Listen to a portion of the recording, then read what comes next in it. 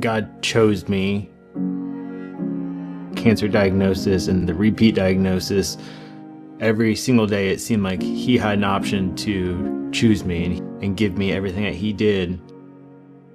If God chose me, then God could also choose you as well.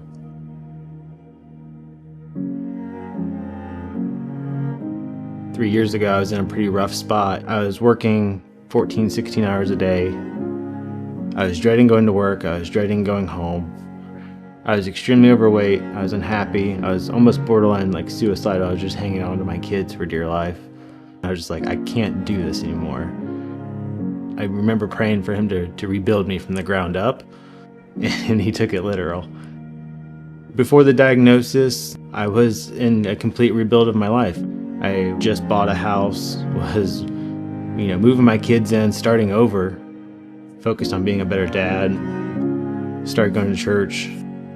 I rekindled an old relationship from high school, started to kind of grow into the person who I wanted to be and who I was proud to be. It seemed like all things were going so very good, and I was getting all this grace and all these blessings, and then it was like, we have some bad news for you. Is God gonna really take him away from me? The whole way home, I was like, I couldn't accept it. They did a scan, and I had a 6-inch mass attached to my vena cava, a blood vessel going up to the heart. We're gonna have to cut this out of you, but I don't think you're gonna live through it. I'd give you about a 25% chance to live. He takes my cases, my scans, blood work, everything to something called a cancer board or tumor board. There was a guy on there, his name was Dr. Mulherin. He was like on the phone, but it's on speakerphone.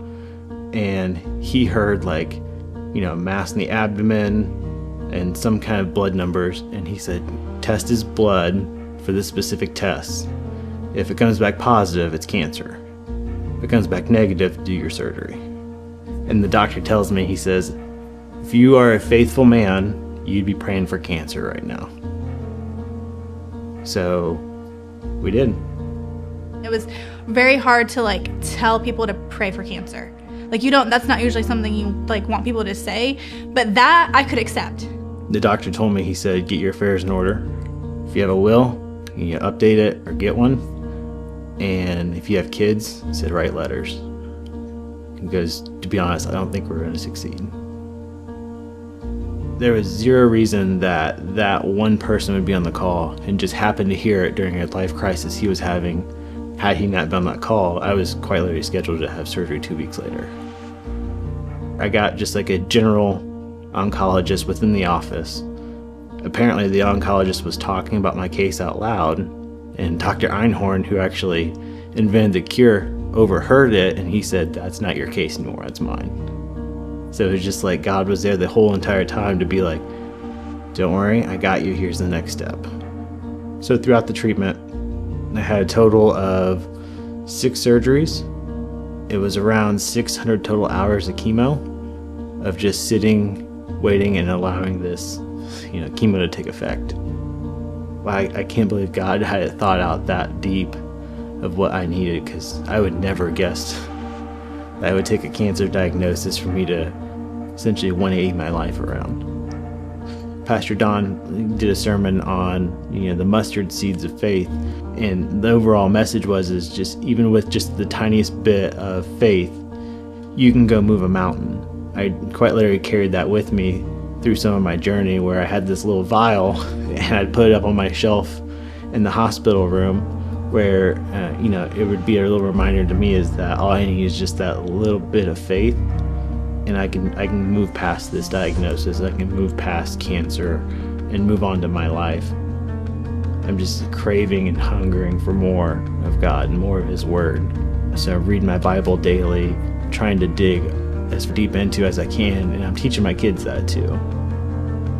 So we actually went to Highmark, met Don and Jamie. We tell them hey, we're loving you guys' church. We feel at home. By the way, in next week I have surgery, so we probably won't be at service on Sunday. He's like, can we pray with you right now? And I was like, oh yeah, sure, why not? There was definitely a lot of people and prayers that helped get me through. It turned from just people who knew you and saying, we're praying for you, to people who became family. When I started this journey, again, I asked him, I said, rebuild me. And he took that literal, where inside out, right? So all this is new. Cancer doesn't define who I am. It doesn't own me anymore. I'm done giving it time. Our stories are not done, and so he can use that. That's the best thing that we can do. Just keep sharing his love. God is always worth trusting, even when life gets ugly, because he'll show up. If anyone is facing something that they feel like they can't get through, just know that if God was able to reach into my life and say, I want this man, that he's more than willing to reach into your life and say, I want you.